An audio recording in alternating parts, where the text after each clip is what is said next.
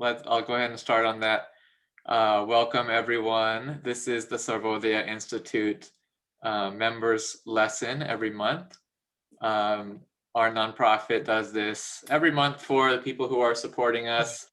Part of our goal as an organization is to help people garden and learn to grow food at home. So this is one of the offerings for our members so that you can continue to expand your gardens at home and develop healing spaces for you and your family, grow some healthy food. That's kind of the goal of our organization in general. We're trying to really just help people get started with gardening, and we do that through these online lessons. We do that through our farm and nursery, where you can come by if you're in the LA area and get plants and advice from us. You can walk through our gardens. I'm going to give you a little bit of an update on what we've been up to in the last month over here. And yeah, so every month this lesson focuses on a different topic. It is recorded. So if you don't get to join us live, you will get an email with the recording afterward, and you can watch that at your own pleasure. This month's lesson is on managing vegetarians in the garden, and that's kind of a joke. I'll explain what that means in a little bit. It's kind of a joke, but it's also really true. Yeah, so just I want to give a little bit. I usually give a little bit of an update on what we're doing at the farm and what you're supporting with your membership donations. So we did, if you remember from last time, we had I think our greenhouse, our new greenhouse was just up about a month ago, and we've been putting a bunch of finishing touches on it.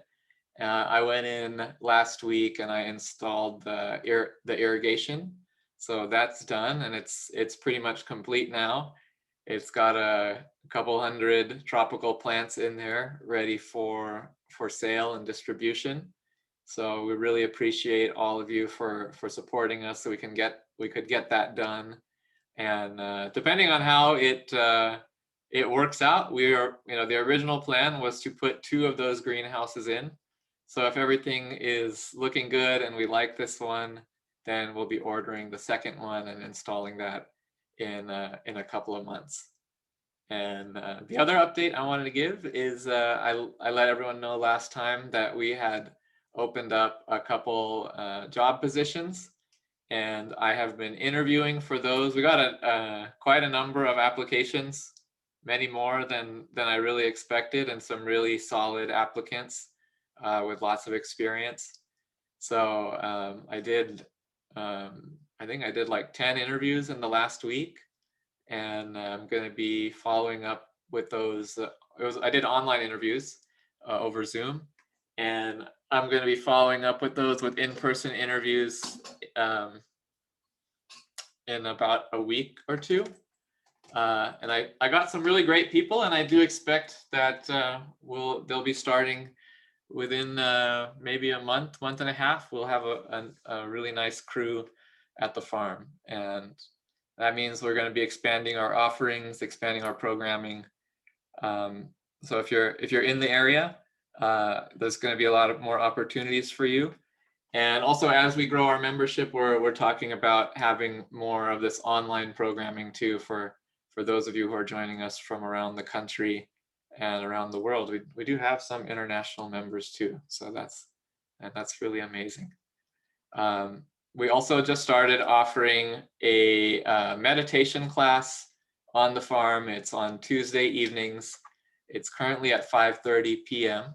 We may adjust the timing there with a meditation teacher who I've known for quite a while. She actually used to be our neighbor at the farm. She was just a couple houses down, and she credits us actually for kind of changing her career path and becoming a meditation teacher. I don't know if I take that credit, but she's basically a full-time meditation teacher now. She teaches at a lot of the local public schools, the community college, and there's a lot of universities right in the Pomona area that she teaches at.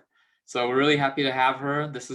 We just had the second class this week, and I'm very happy to see that kind of programming happening at the farm. We're going to continue to expand our offerings. I'm with the events manager that we're hiring. We hope to be having a lot more weekly classes, and then monthly special events. So yeah, a lot of exciting things. Again, thank all of you for your ongoing support. Really wouldn't be possible without the funds that you provide, and we really appreciate it. So moving into today's class, yeah, I try to be, I'm a little bit cheeky with the titles today. So managing vegetarians in the garden. And the reason I chose that is because normally these classes are called pest management. And if you're familiar with the way I teach, you know that I prefer not to use judgmental words, and I prefer to use descriptive words. And so in my garden, I don't see anyone as a pest, because I don't want to see, and don't like to make that distinguishment between good bugs and bad bugs, and good critters and bad critters. Everyone has a place and a role, and really what we're trying to do is we are trying to manage the yeah, Sarah Jo says also no weeds. Correct, also no weeds. What we're really trying to do is make sure that we have something to harvest for the work that we're putting in, right? And the insects and critters that we're sharing our harvest with are pretty much all vegetarian, right? They eat the vegetables and the herbs that we're growing and the fruits that we're growing, and so we're in, you can come to see yourself in competition with these vegetarian insects and critters. And so I'm going to give you a little bit of a different framework to view it than competition.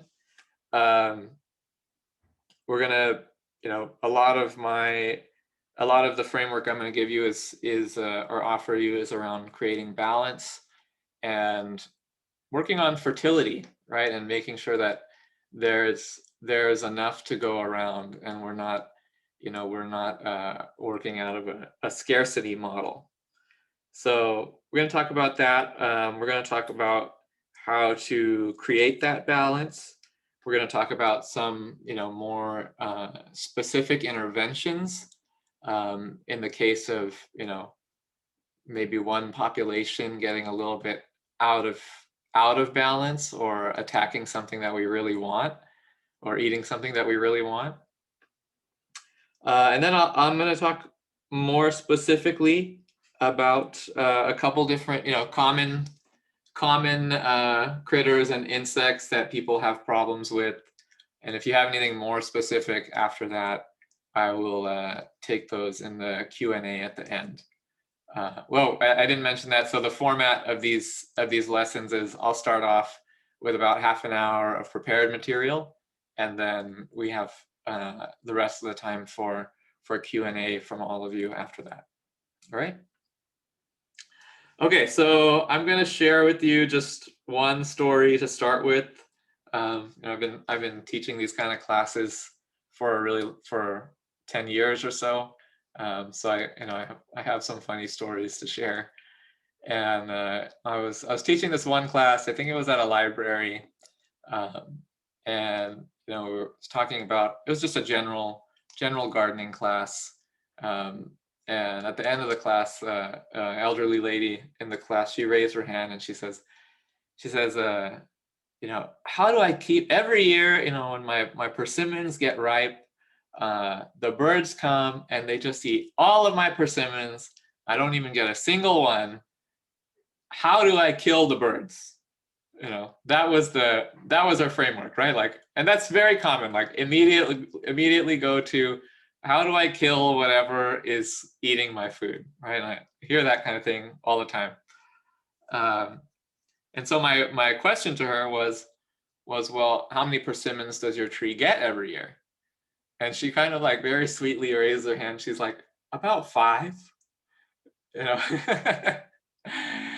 and I, and just like you know, it really highlighted for me where a lot of us are starting from, is that, you know, our garden is just, a lot of the plants and the trees are just not doing that well, and so we have a very limited amount, and then we feel very protective of that limited amount, right? You know, just for comparison, we have a persimmon tree in my mom's garden, and you know, that one tree on a, persimmons are a little funny actually. They give a large amount of fruit every other year. So they give like big harvests and then small harvest, big harvest, small harvest. But on a big harvest year, that persimmon tree will give around like 400 fruit, 400 or 500 fruit. So, you know, if the birds eat 5 or 15 or 20, we're just not that concerned, right? Not only not that concerned, like we usually can't eat that much fruit. So we actually leave some for them. So, you know, that's a little bit of the shift of what we want to move towards. On the other hand, you know, you may end up in a situation where, like, a lot of people have problem with squirrels, and you know, if you have a decent squirrel population, they literally can eat, you know, 400 or 500 fruit. So it's not that, you know, we want to not harvest anything and share everything. It's just about finding that balance. And in some, you know, if we have birds eating, you know, 5% of our crop or 10% of our crop, we may not do anything. If we have birds that are then we have a healthy tree and we have lots of fruit, and then, you know, animals are eating 90% of it or 95% of it, then we may be a little more active in the intervention that we choose to keep some of the harvest for ourselves.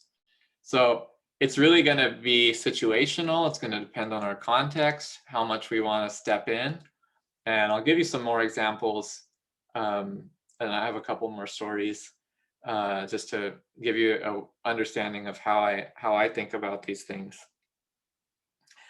in a little bit. Okay. Yeah, so number one, you know, when we're shifting to this other view, it's really important for us to focus on health in the garden, right? So if you've been joining us for these lessons for the past couple of months, we've talked a lot about soil fertility, and we've talked about really making sure that we're feeding the soil, we're feeding we're mulching, we're giving proper water, so that our plants are really nice and healthy, right? When they're nice and healthy, then we can get to this point where we have an abundant harvest. And if you need a review of any of that stuff from the past sessions, just let me know and I'll send you a link to whichever lesson you want a review of. Oh, sorry. I keep leaning on my table and then I shake the camera. Thanks for letting me know. So yeah, whatever you can do, you know, whatever's in your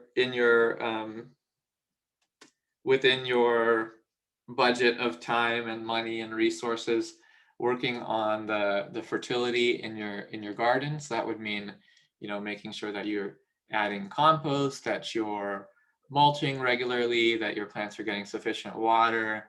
There's lots of like micronutrients that you can apply to make sure that the plants have all the food that they need. That'll start moving you towards a more abundant harvest, right? That you're more willing to share.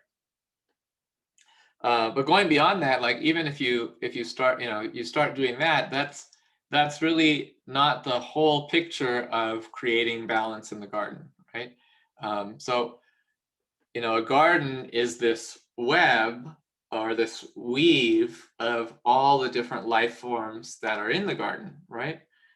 So a lot of the insects or bugs or critters that we call pests, they're actually indicators for us that some part of the balance is off, right?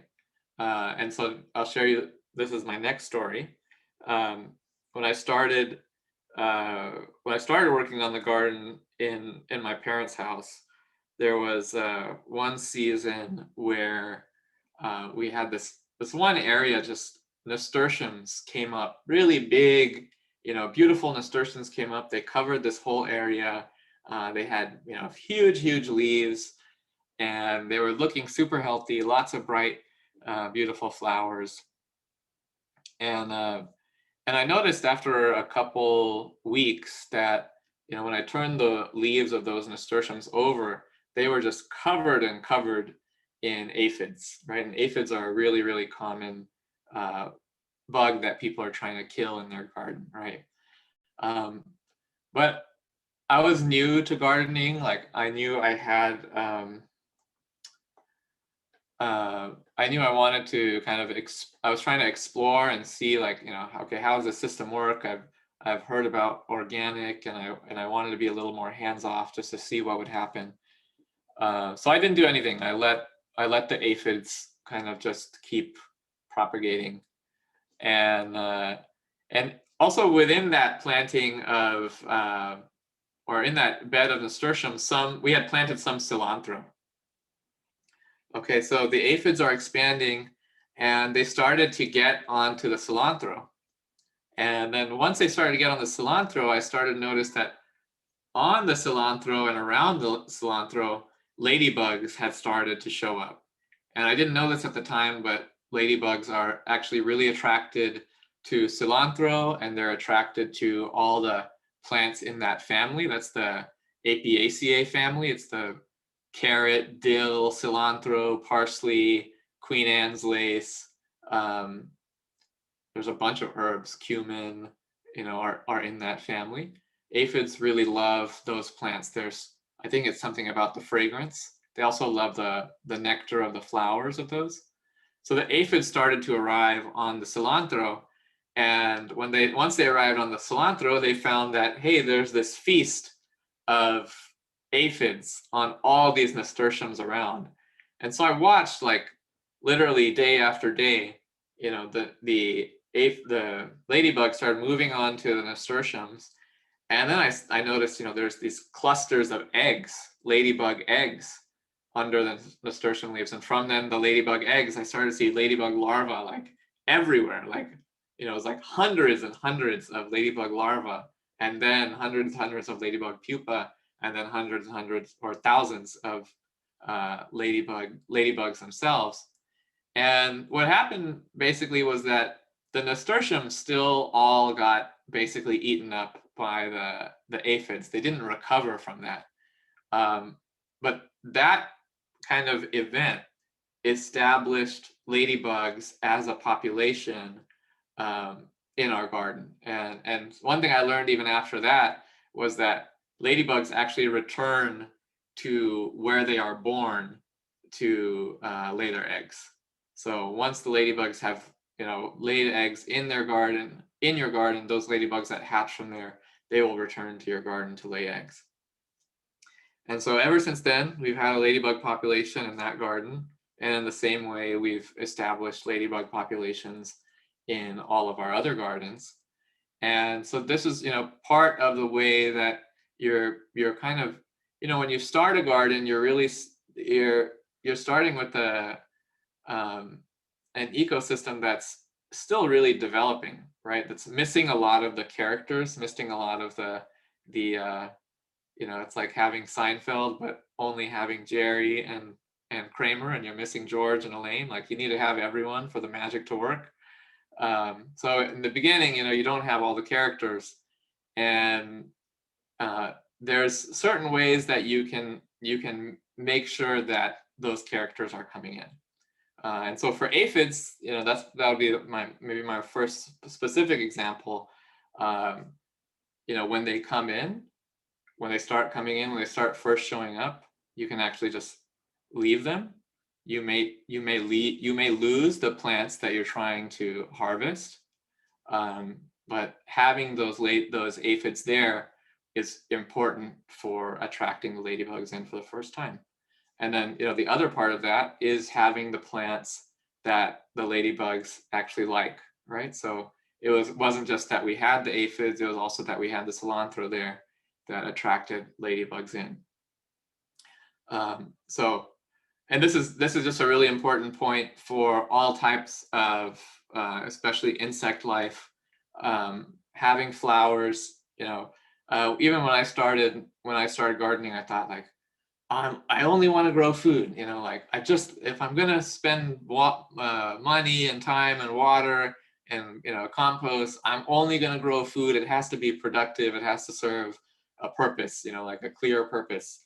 And that's not at all how I feel anymore. It's really important actually to have that balance. And so having flowering plants, having fragrant plants, having habitat for almost every type of insect has a different way that it reproduces. So some insects will lay their eggs on plants. Some insects will lay their eggs underground. Some insects are laying their eggs like in kind of piles of brush.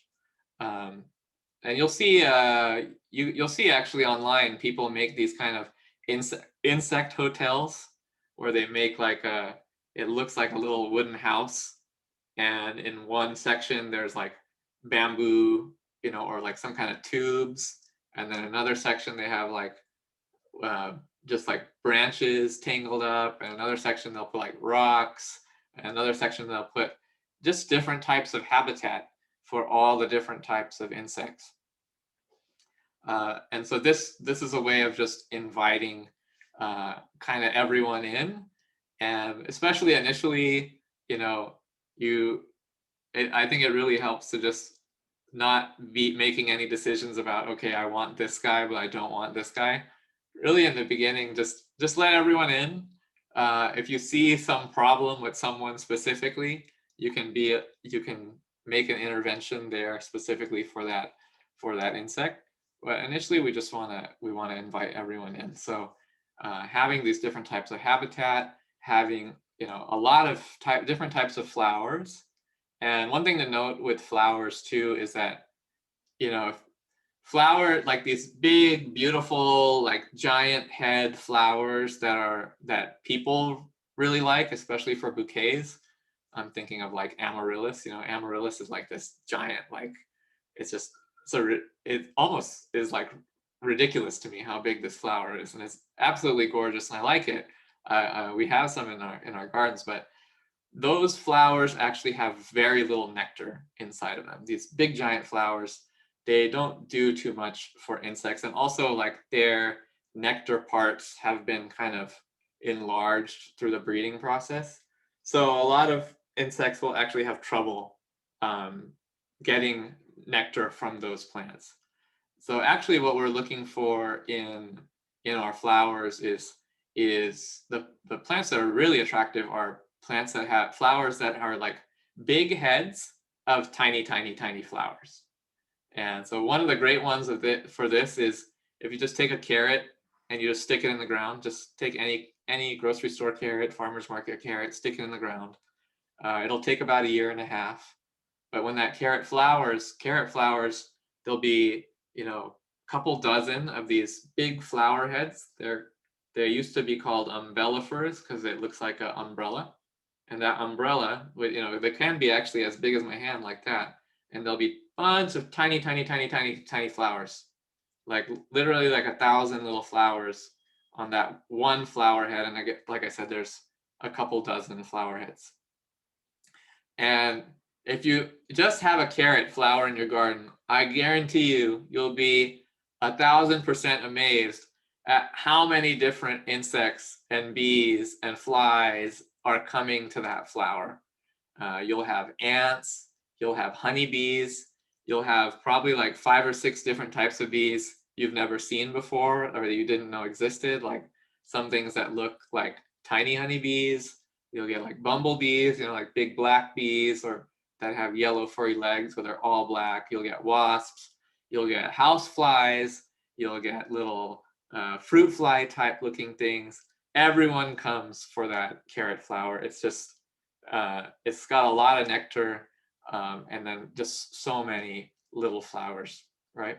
Another great one for, yeah, not just Southern California. I think yarrow. Yarrow is native. I'm pretty sure there's yarrow native across much of the U.S. Yarrow is another great one. A bunch of tiny, tiny little flowers.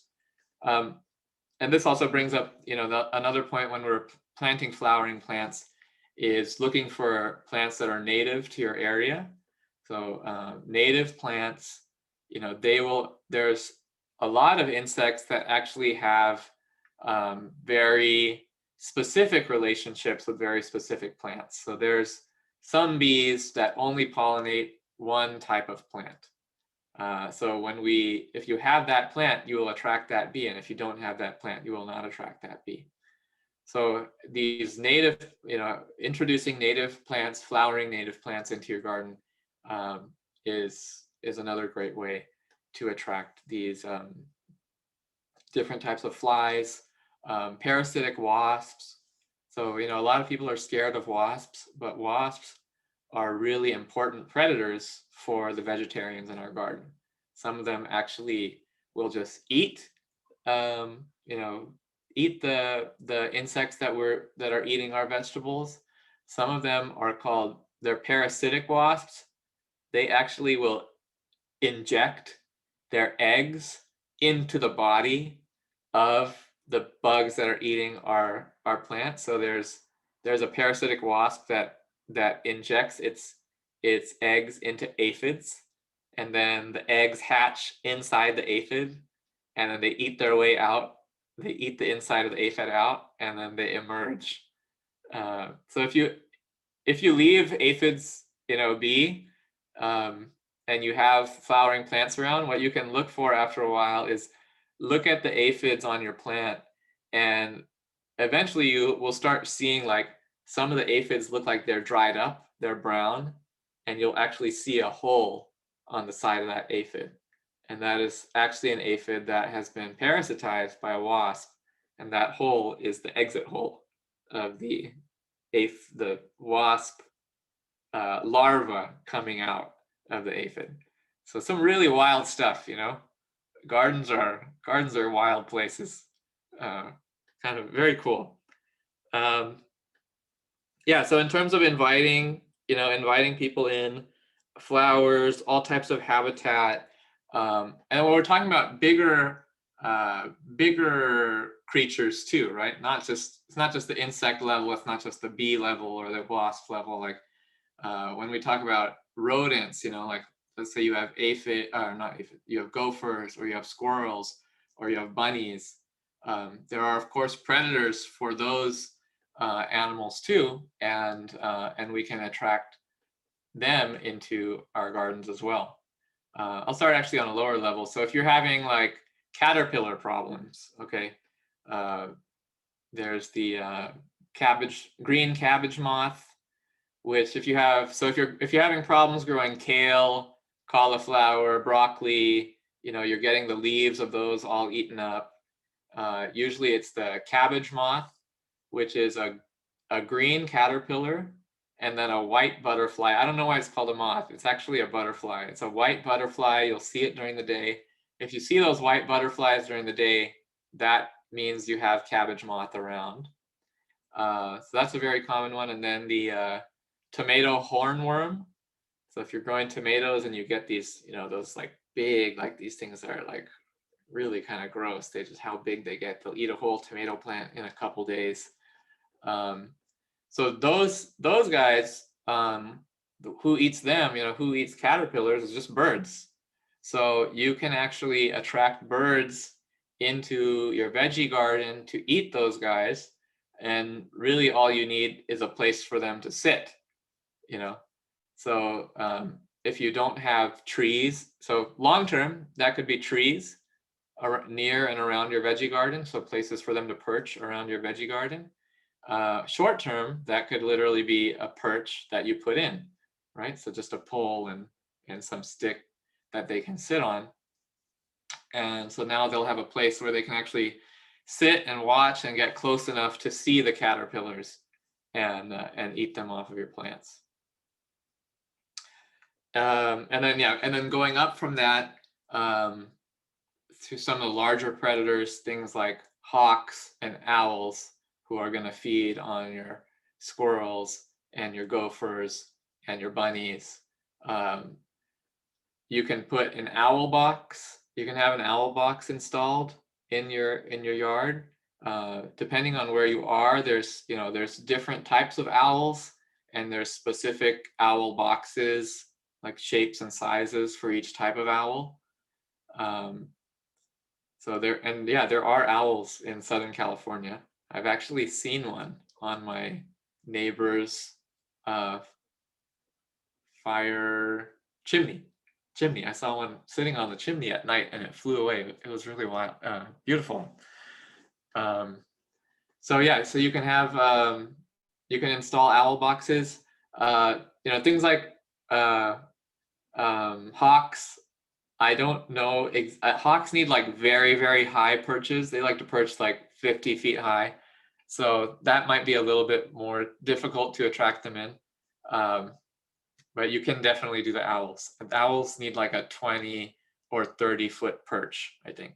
So you can do that if you have a decent sized tree, or I think these people that come around and install owl boxes, they will even put a 20 or 30-foot pole for you.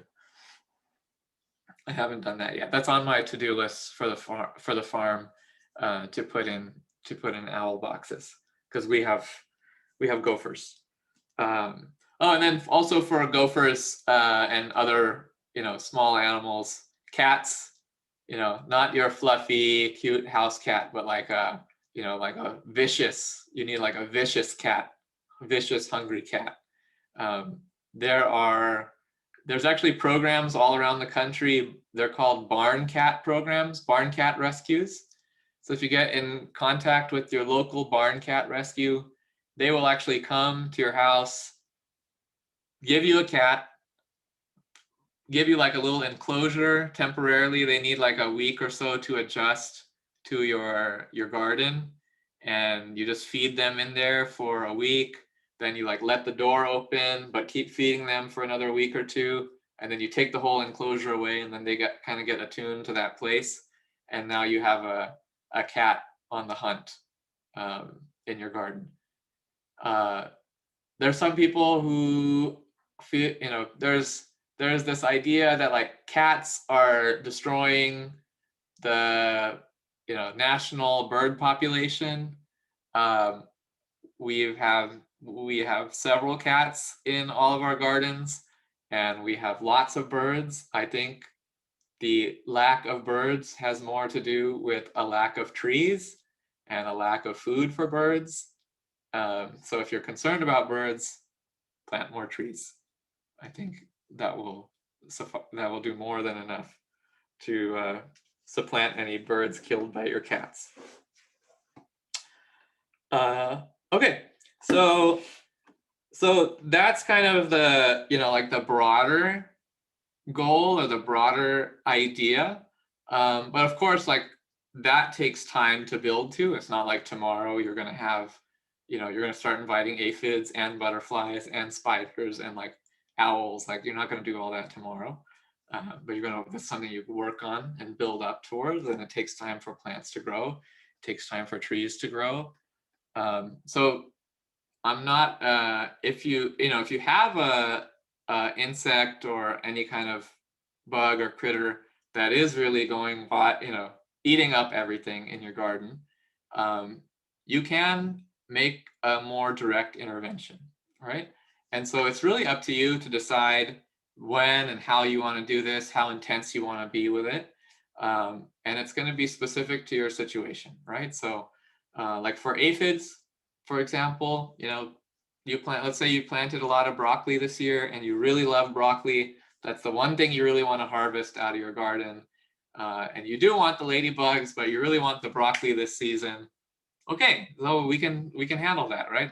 We can get the broccoli this year. And we can do that by using some kind of botanical insecticide, right? So you can use something like neem oil if it's aphids, and you can spray that, and that usually will kill the aphids pretty easily. If you want to go something less intense, you can just use a high pressure hose. And there's actually a specific little hose attachment you can buy for this too, that will just wash the aphids off of the leaves without damaging the leaves. You can use soapy water, which is still fairly effective, but not as as effective as neem oil.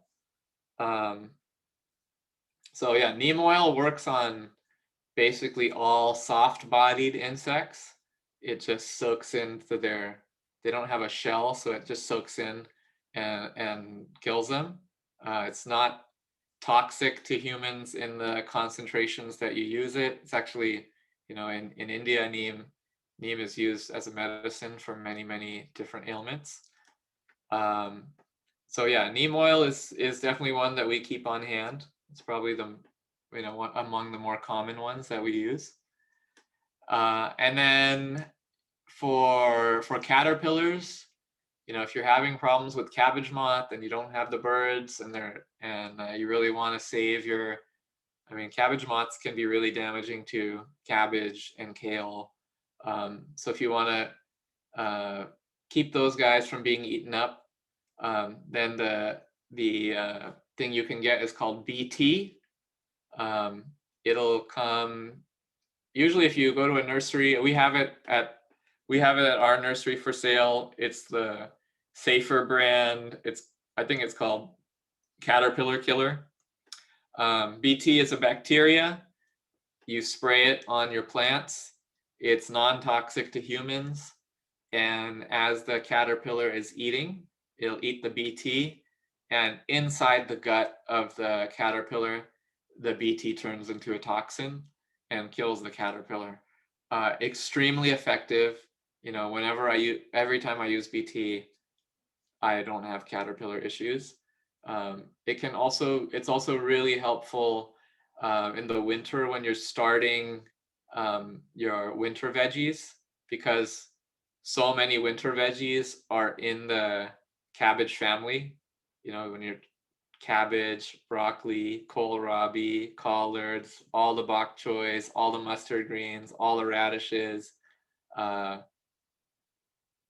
I say broccoli, cabbage, cauliflower, kohlrabi, kale.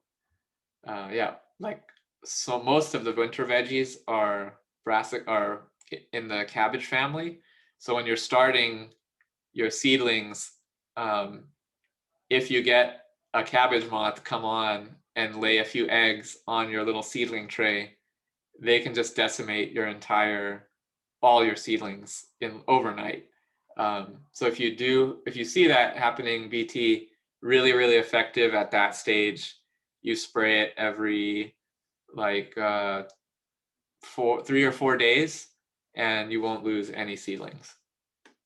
So are there any downsides to using BT?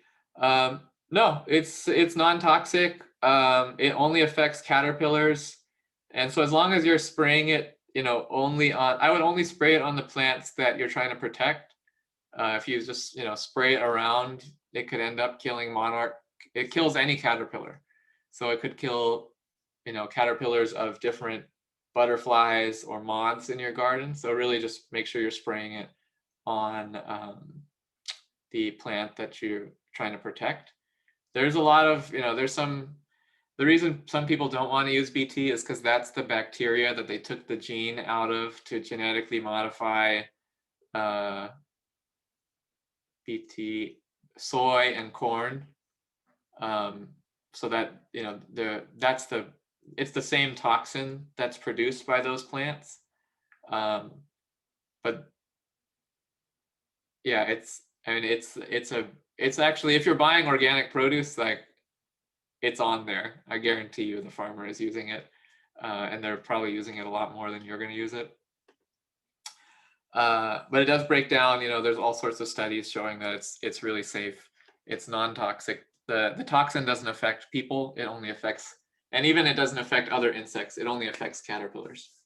And if you don't want to use it, don't use it. You can hand pick. Cabbage moths are just really hard to see. They're green, plant's green. You got to sit there and pick them all off. But if you want to do that, you can totally do it. Or you can just net in, when you're starting your winter veggies, screen the veggies off with a window mesh or something like that to protect them. That's fine too. When we do it, we have so many, so it's a little trickier. Okay. Yeah, there's a lot of other, there's things like pyrethrin, there's things like spinosad. Those are also like very general purpose organic insecticides. Those are actually a little more toxic. I've never had a need to use them, so I don't use them. Because pyrethrum and spinosad are actually toxic to people, so you don't want to use too much of those. Mostly, I think for 95% of situations, you can manage with neem oil, BT, soapy water. Those should really take care of most things. Yeah, Jacqueline, I'll take your question in a second. And then I'm just like about to wrap up with my prepared stuff. Yeah, and then for bigger animals, for bigger vegetarians, gophers, we trap for those on the farm, mechanical traps. They work pretty well. If you don't want to do it, don't do it. You don't have to do anything I tell you. It's totally your garden. But we do mechanical traps for gophers, for squirrels. Okay, I'll share something about myself. For squirrels, I actually will hunt them with a pellet gun and I eat them. They're really tasty. If you don't have to do that either. But I just figure these squirrels, they're eating all my organic fruit and they're eating all these organic seeds from my garden. So if they're gonna eat all that stuff, I'm gonna eat a couple of them. It's just a trade-off. So that's my suggestion. Okay, that's what I have prepared, and I will take questions. So Jacqueline, go ahead. I have every critter there is, but the worst problem I have right now is they're eating the roots of my fruit trees that are now 6 years old. And then I don't know if it's gophers. I think it's gophers, but anyway, they make a circle around because the trees were planted in those wire cage things, And now all of a sudden, 2 of them, the trees just fell over. And so I kind of worked down and I found out there's just this circle around the outside of the wire cage and the roots have just been eaten off. So I know I have voles and I have gophers and I have ground squirrels. So I assume, although I don't know, which one could it be? And okay, and the next question is related. I use live traps for other things, and then I take them away. Now, I've never trapped the gophers yet, but I can get one of those. What would be the bait, and how far away would I have to take them before they would, because we've got a lot of land where I could take them, and it wouldn't be giving somebody else the problem. But I just don't know how far you have to go before they would return. Yeah. I've never seen live traps for gophers. Yeah, they have. They have them? Yep. Okay. But I don't know what the bait is. My fruit trees, obviously. Yeah. No, we've used peanut butter for gophers. Oh, okay. Yeah. I think you can use peanut butter for all of them. Yeah. You can look up and see if there's something more specific. In terms of how far away, I don't know that either. I mean, that's something Okay, I'll go a long way. probably. Now, the other thing that you said that I would love is to plant carrots. Yeah. But with gophers, voles, ground squirrels, wood rats, and rabbits, what is the chance of that those carrots are going to survive? Do you have any? Have you built raised beds? Yeah, I have. So that would be the where to put them. Well, usually, if you're having that many underground critters, then when you build your raised bed, you would put the half-inch hardware cloth. You can get it at Oh, I home. have all that. Yeah, so I've got that. Yeah. So then plant So it in. just put the carrots in there. Yeah. Okay. Yeah. Okay. And that would be the place to also plant cilantro to get the ladybug started. Cilantro you can plant, everywhere. Yeah. I mean, I'm all about the balance. I don't want to kill anything. I'm crazy, but and I don't like squirrel. I've tried it. oh, I thought it was tasty. Okay, thank you. Yeah, and you can buy cilantro. My wife's kind of funny. She buys stuff online, doesn't read what size she's buying. She bought like organic cilantro seeds for eating, but she bought like a 2-pound bag. Oh, I have like 20,000 cilantro seeds. But for you, that might be great because you can just spread it. Yeah. spread it everywhere. Thank you. Okay. Okay. If you have a question, now if on the bottom of the screen, there's this reactions button, and then you click raise hand. There's a big button that says raise hand. Jaya. Jaya? Yes. Hi, yeah, that's me. What do you think about ants?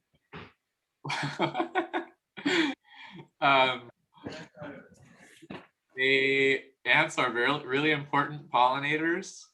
Really? Yeah, ants are really important pollinators. They pollinate.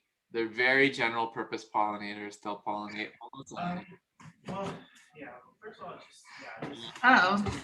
They're annoying. They farm aphid. They're also farmers. They're ranchers. They ranch aphids on our plants. They can eat into some of our plants.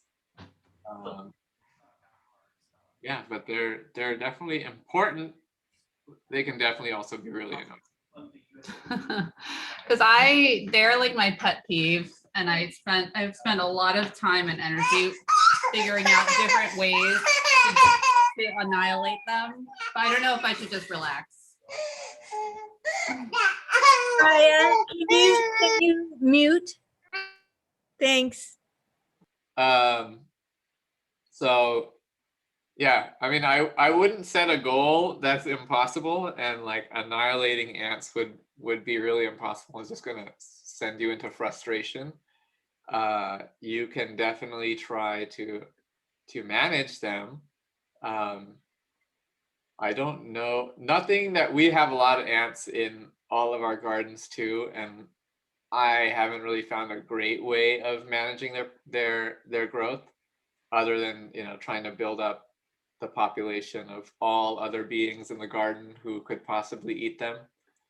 I've seriously considered getting an anteater at many times in my life, but I have an answer. You do? Okay. Yeah, diatomaceous earth. Yeah. And you just circle whatever it is you don't want them, because they won't cross it. You're not going to kill them. They just don't want to cross it. So you circle a little line of diatomaceous earth, which doesn't hurt other animals or even us. And then the ants won't cross that. So you could protect a particular plant or group of plants or whatever. Yeah, it works beautifully. Great suggestion, Jacqueline. Yeah, diatomaceous earth works really well. There's all these little ant bait stations that you can get that you fill with sugar and boric acid. And that is, the idea is they'll take the boric acid back to the queen, and when she eats it, she'll die. So I know this insect guy. There's a company, by the way, I should maybe write it in the chat here. There's a company called Rincon Vitova. I will type it here in the chat and put it in the email afterward. So I know the guy who runs this company, and they just sell insects. They sell beneficial insects, and they also sell some traps. They sell like ant traps. And they have he says that this ant trap that he has, you just fill it regularly with boric acid and sugar, and it does a really good job at controlling ant populations. But I've never been regular enough with it to see it work. Janine, you have a follow-up on this conversation, or? Yes. And I don't know, I mean, I've only been doing this for several months, but I'm putting coffee grounds in the soil to, you know, amend my soil. And I've been told that that worms love coffee grounds, which I am seeing, and ants don't. And I haven't seen any ants lately, which I used to see. So I don't know. Can't do any harm, I don't think, unless it takes you out of balance. So Yeah, no, I don't imagine coffee grounds are going to take you out of balance. So yeah, drink more coffee was her suggestion. No, you can get coffee grounds from your local coffee shop. Yeah. Okay, I'm going to take the next question. Susanna. Hi, I so enjoy how you look at the garden and you know the stories you tell. And I only started a bit of a small, very small raised bed a few months ago, and I bought a combination of store-bought soil. So could you send me the link, please, on how to amend it? You know what to add to it. Yeah. And I put in worms and that I bought from a fishing supply place, and then I had some large animal come in and dig for them. I don't know if it was a raccoon or what. It's usually raccoons. Usually raccoons, right? So you just share. What could I say, right? The raccoons are not going to eat all your worms, and you really don't need to like bring worm. Where do you live? Santa Monica. Okay, yeah, you don't need to bring worms into your garden. They're there. They're just their population probably is low because there hasn't been that much food for them to eat. Once you start introducing a lot of compost and mulch, and keep continuing to feed soil, worm populations will grow. If you want to do worm composting, where you're actually feeding your food scraps to worms, that's a different type of worm. And that worm you do need to buy. And that worm actually won't really survive in your in-ground soil really well. So it's a different situation. Wow. Raccoons do come and eat worms and grubs. They especially like these. If you got a lot of mulch in your garden, you probably get these green flying beetles in the summer. Anyone get those? Japanese fig beetles? Big blind things that are running into you all the time. Their larva, it's like a big fat white larva with a red head. Yeah, also called June bugs. June bug is actually a cousin. Here we have fig beetles. So the raccoons come, they'll dig for those. The problem I've had with raccoons when they do that digging is in a new season when we've just planted out seedlings or planted seeds, the raccoons will come and dig up the seedlings. So that's another common problem. And easy solution for that is to just take, if you have rose bushes like rose canes, or if you have a jujube tree, or if you have, what's that other flowering bush that's really common with the long thorns? Comes in all different colors like pink, purple. Someone help me out. Anyways, you take any plant that has long thorns, sharp thorns, you cut it up into like 1 or 2 foot sticks, and then you can basically make a bougainvillea. Oh. So if you have bougainvillea, you can cut some branches into like 1 to 2 foot sticks and make a fortress around the bed. that you've planted. You can also just like scatter some branches in the bed, like laying down, and that'll keep raccoons out. Great. Yeah, that's easy. That's a pretty simple way of doing it. Yeah, also, yeah, motion activated lights that can work too. There's these. We did this at one of the gardens I worked at. You can buy these like fake coyotes. You know, they're like plastic coyotes, and you can stick them in your garden. They like have this menacing look on their face. And that for us, we used, this was at when I was working for the LA Arboretum. We used those to keep the geese and the peacocks out of our garden. I haven't tried it on, I don't think raccoons would care about coyotes, but maybe some smaller animals would. You have any other questions, Susanna? Well, I just have in the winter. So I have this yard outside that is it's succulents. In the winter when it's cold, they don't need as much water as in the summer, right? Correct. Like half as much or something. Just as you see they're doing. Yeah, right. Yeah, water as needed. There's no rules. Mm. It's, Thank you. Okay. Next question. Who's got a question? Take like two more. Anyone? No, really? Okay. Oh, Rodolfo. Yeah, you always have a question, Rodolfo. You're being shy today. You gotta unmute.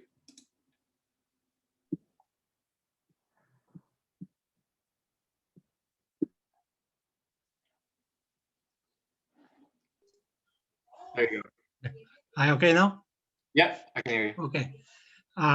You recommend to buy what do you call just talk about the aphids, I went blank. You talking about neem oil or? No, the bag with the with the little dots. The ladybug. Ladybugs, yeah. Do you recommend to buy some and put it in your garden? No. Good question. I'd highly recommend you do not buy ladybugs. If you buy them and you don't have anything that is, well, one, like, you know, they're shipped in a container, you let them out in your garden, they're not gonna know like, oh, let's stay here. You know, like they're just gonna be like, shit, I was in a hardware store for 6 weeks, and I was in a plastic container. Oh my God, now I'm free. Let's get the hell out of here. You know, they're not gonna stay in your garden just because you put them there. So much more effective to build ladybug population in your garden, to plant the plants that they like, to leave some aphids in your garden so that they have some food. Actually, this year we planted a lot of asparagus on the farm. Tons of ladybug on the asparagus this year. Another one was daikon radish. They seem to love the daikon radish leaves. So yeah, plant things that are going to attract them. They exist everywhere. Like one thing you got to remember, you know, it's like not just because your garden, your property has walls around it doesn't mean that ladybugs see those walls or care about them, right? Like they're around, they're flying around everywhere. So if you know, it's like plant it and they will come kind of thing. So they'll come in. You don't need to buy it. The only thing, you know, if you're looking for like, you know, you have some specific insect that you want to make sure that the predator is there, you know, you can use that company Rincon Vitova, and you can call them, tell them like, hey, I have this thing, and they'll tell you. And he even says like he sells ladybugs because he sells to these hardware stores. But if you ask him, should I buy ladybugs from you? He will tell you, no, do not buy ladybugs from me. So he's a really honest guy. And you can ask them for that kind of advice. what normally eats the leaves? You know, I have kale and also daikon radish, and I have big holes on the leaves. The caterpillar, the cabbage Oh. moth. So The what green- do I use for that? The neem oil Use the BT. or BT? BT Okay. or hand picking. You can look for green caterpillars. They'll be on the underside of the leaf and very hard to see, you know. They're the same color as the leaf. Their color actually shifts with the leaf that they're on. So they always look the same color as the leaf that they're eating, you know. Okay, yeah, thank you, because yeah, it drives me nuts. I eat them, you know, I eat the kale, but you know, try to pick the best one, you know, or the other one, but I just cut them, you know, a little bit. Yeah, Thank might you very much. get a caterpillar with your kale, but that's okay too. All right. Okay, thanks, Rodolfo. Sarah Jo? I don't know if it's hopefully not too long question. It's a little slightly not related, but it's garden related.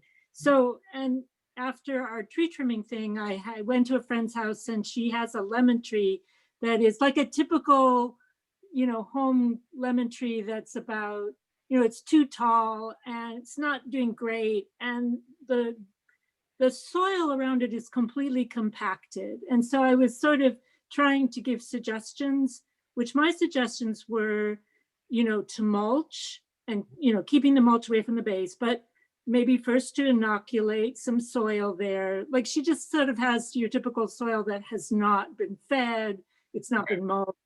And I wondered if there were anything else. And like so the tree is like roughly, I don't know, 15 feet, and where would be the area that we could inoculate, and like how many little plugs should we think about doing? Okay. Yeah, my standard, you can go back to the tree care class too, if you want a little bit more review. But you know, standard suggestion would be 2 to 3 inches of compost in a 3-foot radius for maybe the tree that size around the trunk, and then 2 to 3 inches of mulch over that, and then, you know, 2 or 3 handfuls of some kind of inoculant into that, right? Making sure that the inoculant gets covered. And then you just, Sarah, we had I forgot to mention, we had a tree pruning class on Saturday. I mean, you guys all got the email for that. Sarah Jo was there. So yeah, pruning is going to help too, Sarah Jo. Just making sure it's not crowded and open, or crowded, and you know, if you see all that fungusy stuff, opening it up is going to help a lot. Okay. All right. I'll take your question, Jacqueline, and then we'll close up. Just quickly on the neem oil, what mixture do you use to make the liquid to spray it? I find that the way I was doing it, it was clogging the sprayer all the time. So what do you mix to make it go through the sprayer easily? I think it's like one. You gotta, when you're buying your neem oil, I mean, we use pure neem oil. Some of the neem oil are a little bit mixed already. I believe it's like 1 ounce to a gallon, or it might be like a tablespoon to a gallon. And then I just squirt in some soap. We use like Dr. Bronner's. Soap. Yeah. Oh, that makes sense. So that keeps it from clogging the sprayer. Yeah, anytime you use oil in water, you need something to disperse the oil. That makes so much sense. Thank you. Oil with soap. Yeah. Okay. Great, everyone. I hope you really enjoyed today's session. We will be back next month with more. And I appreciate all of you for supporting us. And Thank you. Thank you. Beautiful. Thank you. Thank you. Thank you. Thank you very much. Good seeing you. Appreciate it. I am